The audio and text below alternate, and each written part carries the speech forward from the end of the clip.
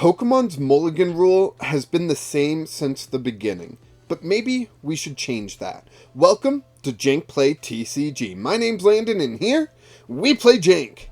And so I want to talk about the different types of Mulligans in TCGs. I made a whole slideshow for this. This is something new for me. Let me know if you like this kind of stuff. I might, if I figure out how, link this slideshow in the description if you want to thumb through it. It's something I made real quick. But I want to talk about the different types of Mulligans in TCGs. And before we get started, I think I should describe what a Mulligan generally is. A Mulligan is after you draw your opening hand, you have the choice to draw a different opening hand. How you go about that changes in a bunch of different types of TCGs.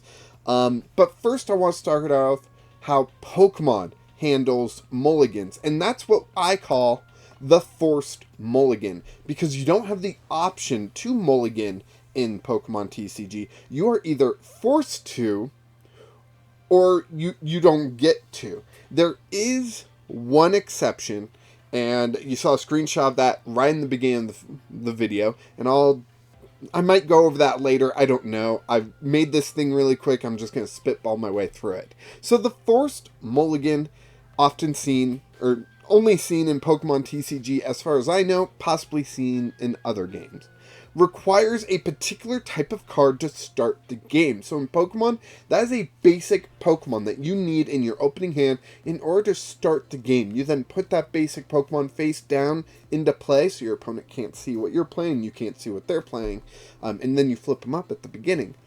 But it requires a particular type of card. Not many TCGs do this, so that's why the Force Mulligan is not that common of a thing. But Pokemon technically does have Mulligans, you just don't get an option. So the next bullet point is Mulligans cannot be prevented. If you have to take a Mulligan, you don't get the option to take a Mulligan, you have to. So the Mulligan can't be prevented, and it can't be opted into. You just have to take it if you don't fulfill the opening hand requirement. It gives opponent a benefit.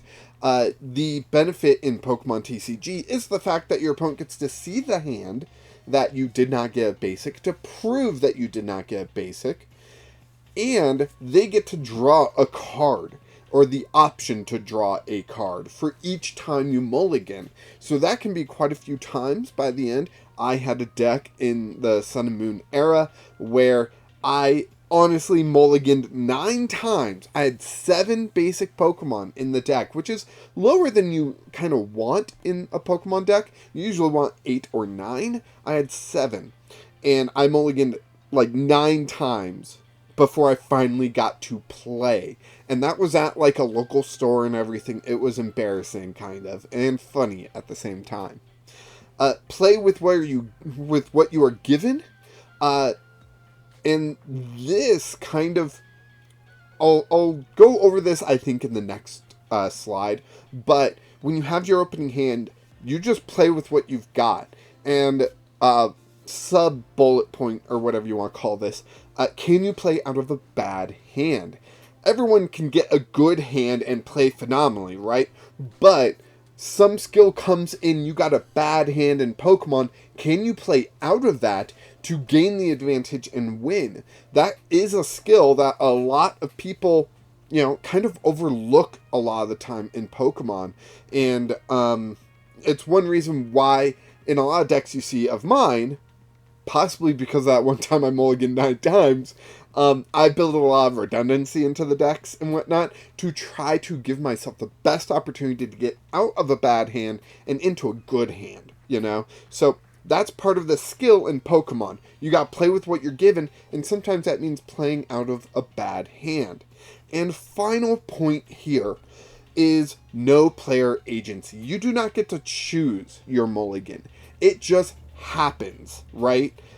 You either mulligan or you don't. Game plays out that way. You don't get a choice in it. once you are not mulliganing, you kind of have a choice in what basic Pokemon in your hand you start with. That's a choice, but whether or not you mulligan is not a choice. This is no player agency, and that's generally frowned upon in game design. And I understand why, but at the same time, I do think that added layer of skill of playing out of a bad hand is sometimes worth it. Personal opinion, I love Pokemon, so maybe that's why I'm having that opinion. The second type of mulligan, and honestly the most common type of mulligan, is the optional mulligan. And you see this in Magic the Gathering. Forgot parentheses there, end parentheses. But Magic the Gathering and a ton of other TCGs have this. Is the most common type of mulligan. Although there are several different types of optional mulligans, just optional mulligans are the main type. So second bullet point kind of jumped the gun there. Several different subtypes of optional mulligans. Need to fix that as well. So I don't know the names of all of them. I know a few years ago, Magic the Gathering actually changed their, official mulligan rules to, I believe, what was called the London Mulligan, where, I believe you draw your opening hand, and if you mulligan, you, shuffle your cards back in your deck, draw your opening hand again, and once you have a hand you like, depending on how many optional mulligans you take that number of cards from your hand and put them on the bottom of your deck. I kind of like that, but I also remember Star Wars Destiny had an optional mulligan, but you could only take it once, and you would put your hand on the bottom of the deck and draw a new opening hand, and what that did is it put those cards at the bottom, so you would have to be sure you're not going to need those cards somewhere in between the top of the deck and the bottom of the deck, depending on how far you can draw out of your deck to get those cards. So there is a punishment there. And then I believe Marvel Champions, another Fantasy Flight Games game, FFG game, I believe their mulligan is you discard cards. You might have to discard your whole hand. I don't know. It's been a while since I played it. But there's a lot of different types of optional mulligans. The next bullet point is that it adds a level of skill. And I see this point echoed a lot in new TCGs, such as Digimon or Transformers. I saw, which Transformers is dead, sadly, but Digimon's still alive. I saw in the beginning there was a lot of discussion of side decking and mulligans. And maybe side decking might be a thing I discuss later on in another video. I don't know. I don't really care for side decks. Maybe that's a thing that will prevent me from doing that. But mulligans, back to mulligans. A discussion about whether mulligans should be allowed. And if I remember correctly, Transformers decided no, mulligans are not allowed. And Digimon decided yes, mulligans are allowed. And although, did they? I don't know. I wasn't as into Digimon as Transformers, and even way further out from One Piece, as during Transformers I had a lot of local stores and a local community, where nowadays I don't so much. But I saw that discussion a lot, and one of the points was always it adds a layer of skill. Yes, I agree. It adds a layer of skill, because you need to know whether or not you need to mulligan or not. You need to be able to analyze a hand and, decide if this is a good opening hand or if I need to mulligan. For Magic the Gathering, I know there's a rule on how many lands you're opening with, which I think is if your hand is more than half lands, of course you're going to mulligan. You should probably have 2 or 3 in there. And you should have some low-cost cards in there and that kind of stuff. So it adds that layer of skill, right? But from a different point of view, which is kind of my point of view for a lot of TCGs, I think Magic the Gathering is better with mulligans. But for a lot of TCGs, I think it subtracts some skill, depending on your point of view, because it subtracts that skill of playing out of a bad hand, which we discussed in the Pokemon forced mulligan section, where playing out of a bad hand is a skill. Still a skill that applies to optional mulligans, but comes up far less often. Mulligans sometimes can get you out of a bad situation, which is a good thing for a lot of people because it allows for games to feel more played. If people can mulligan into a better hand, they get to play that game, actually. You don't get the as often, you don't get in optional mulligan games where someone just has a dead hand and it's draw, pass, draw, pass, draw, pass. Look, you won, congratulations, sort of thing. But at the same time, that flip side, this is partially a psychological thing, is that it allows for games to feel stolen. There will be games where you draw your opening hand and you're like, oh man, this is the perfect opening hand. I want to keep this. And your opponent mulligans like twice, right? That was two bad hands. They decide to push away and get a new hand, and they get a good hand finally. And then they win the game, and it's like, man, I didn't have to mulligan. It's kind of unfair that they were able to get a good hand and then beat me with that good hand. You know, maybe I just had an okay hand, but I felt comfortable starting the game with it, and they mulliganed into the perfect hand sort of thing. And they were able to just run rampant, and my turn was doing basic things for a couple turns, and their turns were doing everything they could, and they win, sort of thing. So there's some psychology to that. Allows more games to be played, allows more games to feel stolen, sort of thing. Yeah, so those are kind of the tenets of a optional mulligan system. And then we have the no mulligan, and Yu-Gi-Oh! Does not have mulligan. Partially is because Yu-Gi-Oh! Has so much search. If you think Pokemon has a lot of search, Yu-Gi-Oh! Has a lot of search. I know a lot of people say how Pot of Greed would not be played in Pokemon. Pot of Greed is a Yu-Gi-Oh! Card. It's a magic card, which is comparable to our item cards in Pokemon. And all it does is allow you to draw 2 cards. And people often compare that to the supporter cards, the once per turn cards, where like Professor's Research, discard your hand, draw 7, which I agree would be insane in Yu-Gi-Oh! But in Pokemon, to compare Pot of Greed to a supporter is kind of not correct. You need to be comparing Pot of Greed to an item card, and Trekking Shoes definitely sees play, and that is a draw 1, not a draw 2 off of an item. You know, Trekking Shoes is a little bit different than Pot of Greed, but you get my point in the fact that if Pot of Greed existed in Pokemon, it would definitely see play. Let's get back to the whole no mulligan thing, where Yu-Gi-Oh! Has a ton of search in it. So do you need mulligans if from almost any hand you are able to just play the game, right? So you have some things here, and they're just copy-pasted from previous points. You have no... first, you have to play with what you're given, and given there's so much search in Yu-Gi-Oh! And so many workarounds, and so many ways to summon without even, like, playing certain cards, that is fairly easy, but can you play out of a bad hand? Are there bad hands in Yu-Gi-Oh! Of course there's gotta be some sort of bad hand in Yu-Gi-Oh!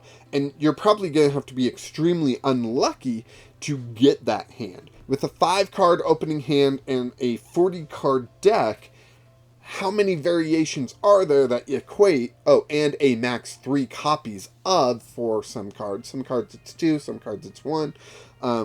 How often are you going to end up in a bad hand? That's something for the mathematicians to figure out, but yeah. And then in addition to that, no player agency. You draw your hand, you play. There's no choice in whether or not you keep this hand, right? You have to have this hand.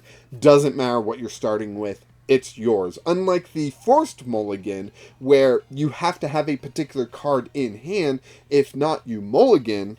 This is, doesn't matter what you have in your hand. You mulligan 100% of the time, or you mulligan 0% of the time. You play with what you have 100% of the time. That's what I was going for. So, yeah, those are kind of the 3 different types of mulligans. If you think of a different one, let me know, but I think that basically covers all possibles, you know? You either are forced to mulligan, have the option to mulligan, or you don't Mulligan. I don't know what a fourth option would look like. So let's go on and talk about what if Pokemon had optional mulligans. And that's really the core of this video. It's not me saying it should have optional mulligans. It's more of a thought experiment. What if Pokemon had optional mulligans? And there is one situation in Pokemon where you do have an optional mulligan. There's this Luxray. I don't know what set it's from, but it's got a yellow border. And you can play it if it's in your opening hand as your active Pokemon. And if you have no other basic Pokemon in your hand, you are allowed to mulligan, even if you have that Luxray. You are not forced to play due to that Luxray, right? So there is a situation where you can have an option to mulligan. You see that in the screenshot in this slide. But that's not the norm. This is such an edge case. I'm surprised PTCGL doesn't have a bug about it, right? It's such an edge case. So, what if Pokemon had optional mulligans? Number one, we would need to change the rules. There's particular rules that we would need to change. Number two, players would have more options in how they build their decks, because having optional mulligans gives you more options, right? I mean, it's kind of in the name, optional mulligans. Number three, designers would need to be careful about particular types of cards. This is more hand disruption, but I'll get in that in a second. And number four, you gotta ask the question, would it improve anything, right? So number one, we would need to change the rules. Of course we would, because if we are giving the person an option to mulligan, we kind of have to be okay with them not starting with a basic Pokemon, right? So currently, you lose if your opponent KOs your last Pokemon, right? So if you have no Pokemon in play at any point, you lose the game. And I think that would have to change. Instead, you would only lose if you do not play a new Pokemon before the end of the next turn. Now, next turn is pretty deliberate by me. See, it would give a benefit to poison or burn, depending on timing, but also it wouldn't give that subtraction of you have no Pokemon in play, so I can't attack into anything, so I just have to end my turn. And that can really give your opponent a benefit. It's worded this way. End of the next turn. So if your Pokemon is KO'd by poison or burn at the end of your turn, during Pokemon checkup, that point between turns, between your turn that just ended and the start of your opponent's, their turn will play out. You won't get to play anything and you'll lose, right? But if we don't want that desired effect, then we can change it to the end of your next turn, which means if poison or burn KOs your Pokemon at the end of your turn before your opponent's next turn, they play their turn, then it goes into your turn, and you still have your turn to play a Pokemon, right? And that would allow you to play, and that kind of plays into what I like about Pokemon of exchanging board states until someone wins. It would also end with you having to be like, I can't play a basic Pokemon, you lose. I submit. I lose, like, you win, I lose, rather than being defeated. And I'm going to go over that in a little bit, too. There needs to be a rule. This would need to be a rule for the whole game, not just your first turn. We don't want to change a rule just for opening turn, right? One thing that really bugs me is when there are specific rules about opening turn that don't apply to later on. I don't think it should be a turn for just, or a rule for just your first turn of you need a Pokemon by the end of your first turn and then we go into the normal rules. I think this needs to be expanded to the entire game of Pokemon, because I think it makes a lot of sense and it opens up for a lot of interesting plays, in my opinion. And So part of that is allowing for on-play abilities on turn 1. Right now, I think the biggest on-play ability is Luminion V. You play that down and you get to search your deck for a supporter card. Well, if you have an opening hand that has Luminion V in it, and only Luminion V, and you notice there's no other supporter, you might actually want to play that Luminion V, get that on-play ability in order to search out Iono to put that hand on the bottom of your deck and draw 6 new cards in order to, try to find a Pokemon that way, or try to find a better hand that way, rather than mulliganing, which is shuffle your hand into your deck, draw a new opening hand. Where'd I go? I need to go back. I don't know how to go back. There we go. That's how you go back. And so allowing for that, and I personally think that plays into the above bullet point of be a rule for the whole game. So if your last Pokemon is KO'd, you get an entire turn in order to try to find a solution out of your current situation. And that includes on-play abilities and all that stuff. So yeah. The last thing I would ask is, would prize card layout have to change? Currently, with prize cards, you guarantee a basic Pokemon, and then you lay out your prizes. So you can't prize all your basics, right? This wouldn't be an issue for most current decks, but if these rules did change, this might come up as an issue. And, especially in like quad decks, which we don't really see many quad decks. I have like a quad Arceus deck I like to play around with Sharon's Care and whatnot. Let me know if you want to see a week of that deck or something. But I like that deck. But in quad decks, which we haven't seen for quite a while, it would be possible to prize all 4 of your Pokemon, because that's what a quad deck is. You play one Pokemon 4 of, and that's it.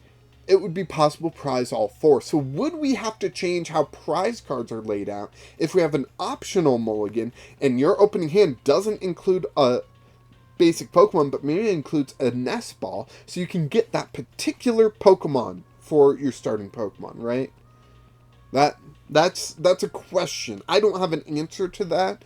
So that's a question. It would be a risk, in my opinion, if you have an opening hand without basic Pokemon, and you choose not to take a mulligan, not to give your opponent that extra 1 card because you have a nest ball. You can get your starting Pokemon, and you play it, and then find out all your Pokemon are prized. That's a risk that you took, and you just lost the game because you took that risk. You rolled the dice. The probability of that happening is low, but we see it all the time where you play a 4 of a card because you don't want any. You need to make sure you have access to at least one of it, like Battle VIP Pass. And wouldn't you know, it's not there. It's all prized or something like that. I know I've had that situation where all my evolutions were prized. I played 4 stage 1s, and all of them were prized. So I have to get a prize with a different Pokemon, hope I get the right prize for the right card, and then I can play. So that's something to think about. So let's move on. Point number 2 was players would have more control in how they build their decks. And I already touched on this because my brain is scattering, right? So first bullet point, not need to worry about having a bad starting Pokemon. This is a main issue in Pokemon, is trying to maneuver the numbers so that you have the best chance at starting the correct Pokemon. Sometimes you start Manaphy, and that just sucks. Sometimes you start Bidoof, and that just sucks, Not needing to worry about having a bad starting Pokemon, because you can mulligan into the correct starting Pokemon. You can mulligan as much as you want until you have the perfect starting Pokemon, and then you play it down. So that would be a way that changes how decks are played. You could play less basic Pokemon, this next bullet point, because you don't need to lower the chance of a forced mulligan. You could play a quad deck and just mulligan until you get that one Pokemon, right? You could do that.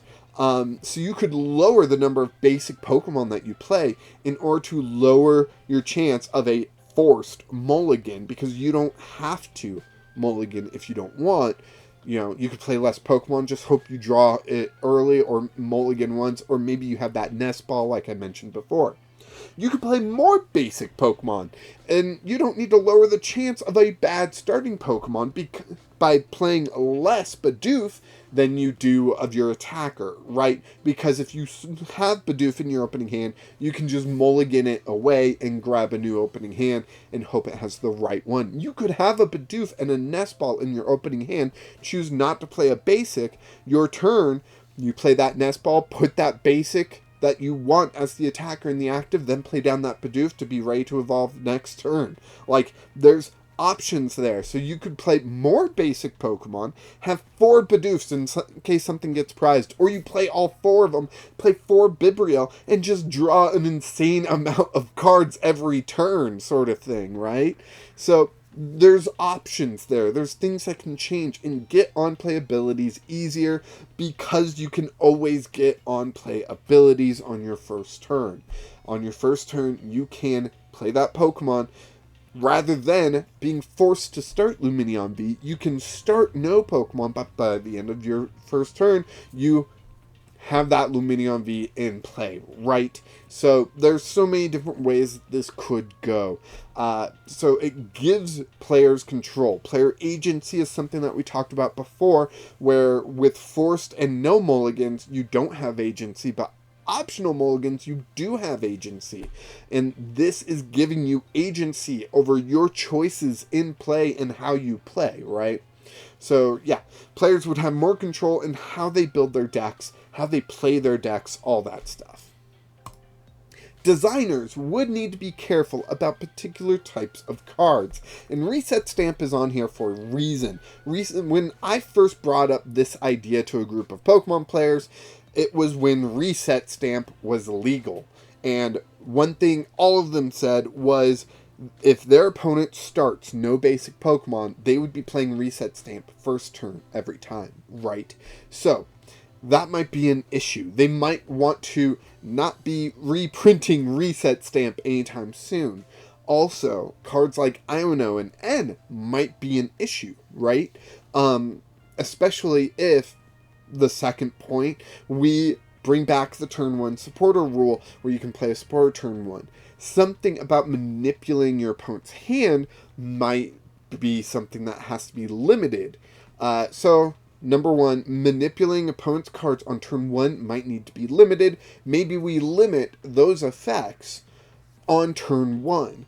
And so I mentioned Reset Stamp, I mentioned Iono and N, but especially if we have something like Fortress, but on a basic, so you don't need that evolution, where it KOs itself, and so it gives your opponents prizes, and then you Iono or N or Reset Stamp, where then they draw cards based on prizing, it can really mess with players, right? So that could be an issue. So we need to mitigate those. We need to limit those options for turn 1, but also some turn 1 changes that may need to be needed is reversing the turn 1 supporter rule, being able to draw cards turn 1 to make sure more games are happening, right? If someone chooses not to Mulligan and they're, they fail a Great Ball, they should still be able to Professor's Research, discard their hand, draw 7, sort of thing. So maybe things like Iono and Reset Stamp, things that affect your opponent's hand, need to say cannot be played turn 1. Something along those lines. That way, it gives people time and everything.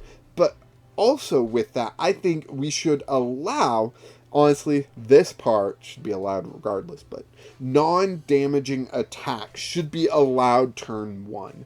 What is a non-damaging attack? Something like Call for Family that plays extra Pokemon. Something that lets you search for energy. So those types of things. So many of those, I think, need the stipulation of can be used turn 1, sort of thing. If we just made a rule in general where you cannot do a status condition or damage turn 1, but you can use your attack, you can draw some cards, you can search for some cards, you can play certain cards. Like, there's certain things that allows, right? And designers need to be aware of this, especially if we had optional mulligans. So number 4, kind of the biggest point here. Would it improve anything? Is a big question. And I'm going to put a poll on the community page of the YouTube channel. So if you're here on YouTube, go to the community page, vote on do you want optional mulligans in Pokemon? Yes or no? And then comment below if I missed something or anything like that. But I think the main thing is to see the page on optional mulligans above. I rewind, whatever you want to do, to optional mulligans, because you see what benefits and what drawbacks we would have with optional mulligans, right? What I like about the Pokemon TCG over other TCGs is the passing of board state. I get to play my turn how I want to play it based on the board state and my cards in hand, and then I end my turn usually with an attack, and that becomes my opponent's turn, and they take this board state that's shared between us, and they play what they want to play, how they want to play, and then it passes back and forth, and that's what I like. And I think optional mulligans is a expansion on that a little bit, where maybe I do run out of Pokemon, but I still have my turn to get a Pokemon out. You just KO'd my last Pokemon, right?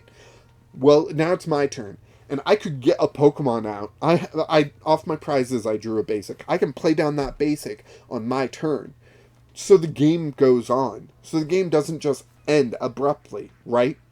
So I like that idea. I also like the idea of admitting defeat instead of being defeated. This is more psychological, but I think being defeated is very negative and can be difficult for new players to deal with. And what I mean by that is, at locals this last weekend, I actually got to go. I had the day off. Awesome. I got matched up with a junior.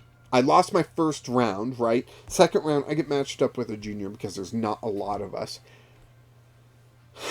She had a tough time, right? Her first Pokemon is Drapion, which is rough for anyone, right? Drapion V. Drapion V takes 4 energy unless I'm playing a particular deck, right? So she is attaching energy, and I use my evolving basics attack and deal 30 damage. I flipped heads on the coin. I was playing Spidops, did 30 damage. Awesome. She evolves into Drapion V-Star. Okay, I evolve into Spidops EX. She has 2 energy on that Pokemon. I evolve into Spidops EX. Her retreat cost is like 4 or something like that. I have a choice belt. I just perfectly get the KO. With that 30 damage I did, I do 240 damage, KO it, and then it's just KO a Pokemon V, KO Pokemon V. I take all my prizes, and I'm sitting there feeling bad about that game. She's sitting there being like, I hate Pokemon. Why am I doing this? It's terrible. So, it can be difficult for new players to deal with. She wasn't too new, but still, I feel bad. However, admitting defeat, I think, is empowering in some way.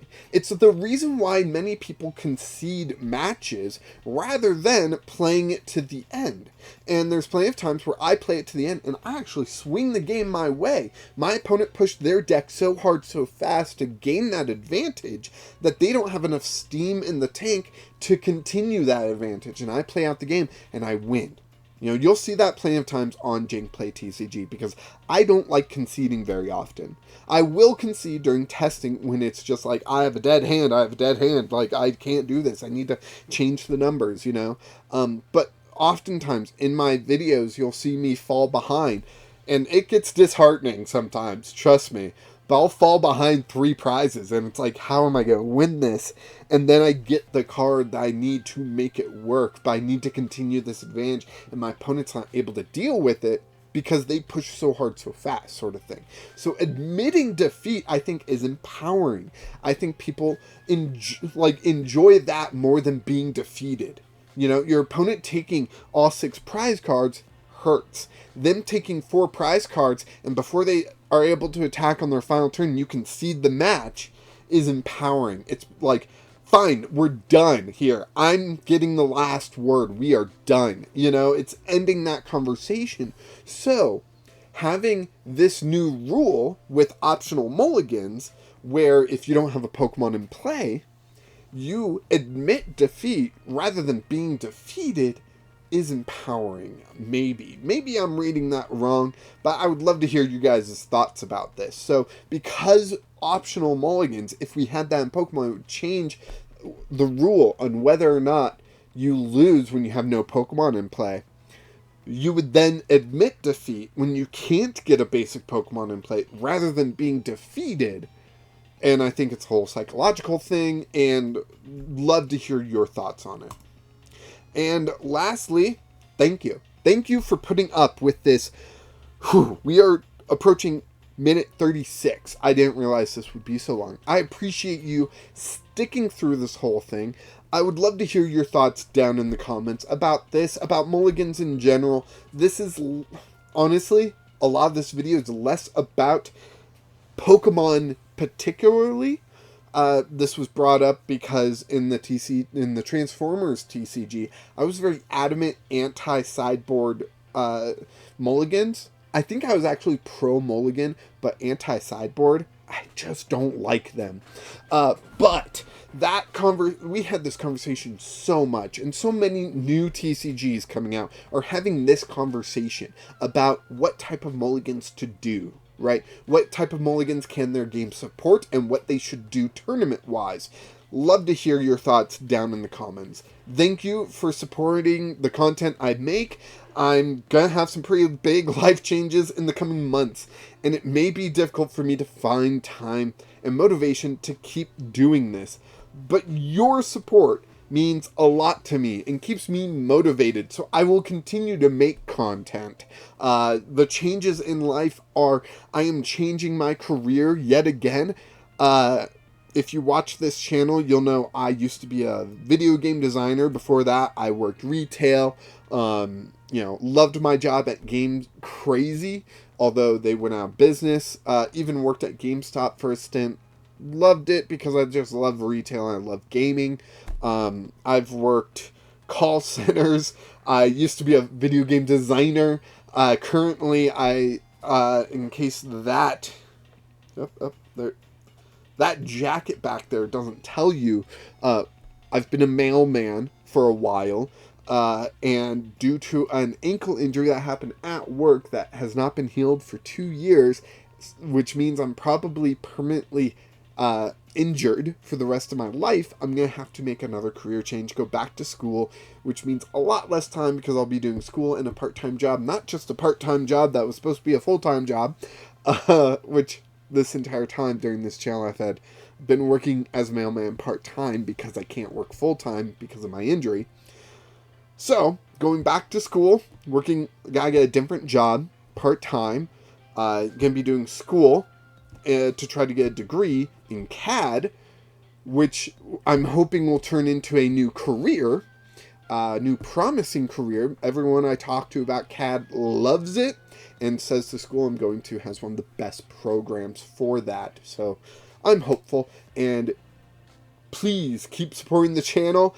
Let me know what you like and what you dislike, because that keeps me motivated so I make better content, faster, easier, all that stuff. You know, a lot of the content I make is just me spewing into the camera, no edits. I'll do multiple takes because I'll mess up. This opening took like 7 different takes, but that was quick. And then I just rambled from there. So please keep supporting me, as it keeps me motivated and keeps me wanting to do this. Thank you.